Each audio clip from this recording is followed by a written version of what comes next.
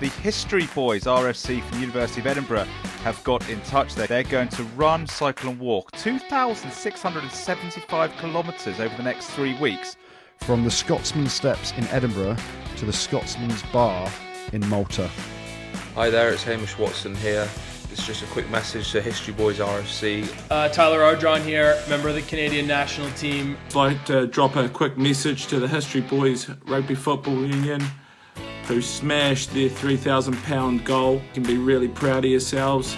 Just wanted to give a big shout out to the History Boys in Edinburgh on the Scotsman2Scotsman, promoting mental health in rugby. I've heard what you're doing and raising awareness for mental health. We obviously need charities like LooseHeadz now more than ever.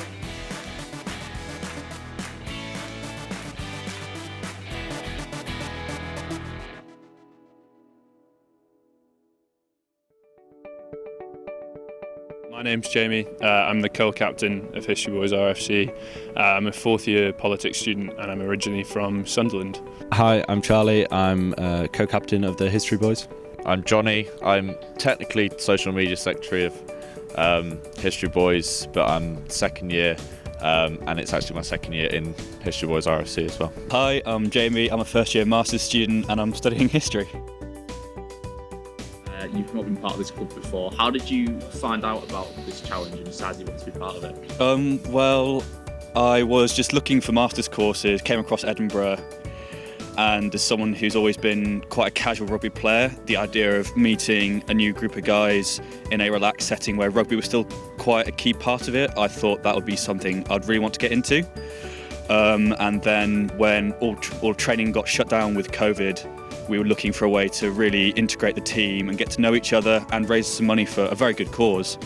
And obviously the exec did their part and sorted out what eventually became Scotsman2Scotsman. The Scotsman2Scotsman challenge was me and Charlie sort of came up with the idea. It's something that sort of came to fruition during lockdown. A lot of freshers were struggling to interact with the older boys, so we thought this was a good initiative. It was something that we could do for charity. In terms of my role, it was sort of getting in touch with LooseHeadz. So LooseHeadz is something that's sort of well thought of in the rugby world, especially with the issues surrounding, men and especially rugby players, and issues surrounding mental health and unwillingness to talk about it. So I think that was something that was really prevalent within our thoughts when we decided to choose LooseHeadz as the charity.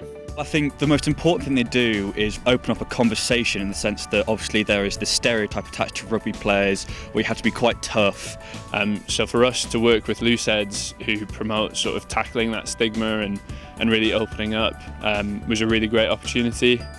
They've announced us as like a partner club, which means that every season they'll be training up one of our players to be a mental wellbeing officer.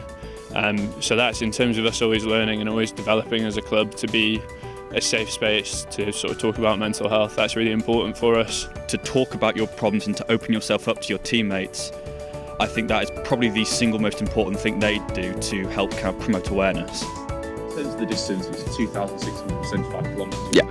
So did you kind of divide it up evenly? How much were you all contributing to that target? So we made sure that everybody got involved. Obviously certain people wanted to do certain distances. Everybody took it at their own pace. Personally, I accidentally ran a half marathon.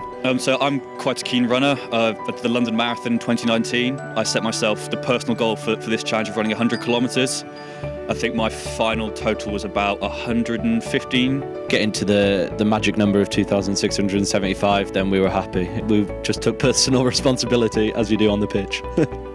With it being our 10th anniversary season, we were trying to think of really sort of key moments in the life of the club, and I think none better than when we did our first overseas tour to Malta, and then also sort of Scotsman Steps to Scotsman Pub has quite a nice ring to it. So obviously you even got a shout out from a Canadian international, Tyler Ardron. Did you expect it could ever go transatlantic? No, that one was a bit of a surprise.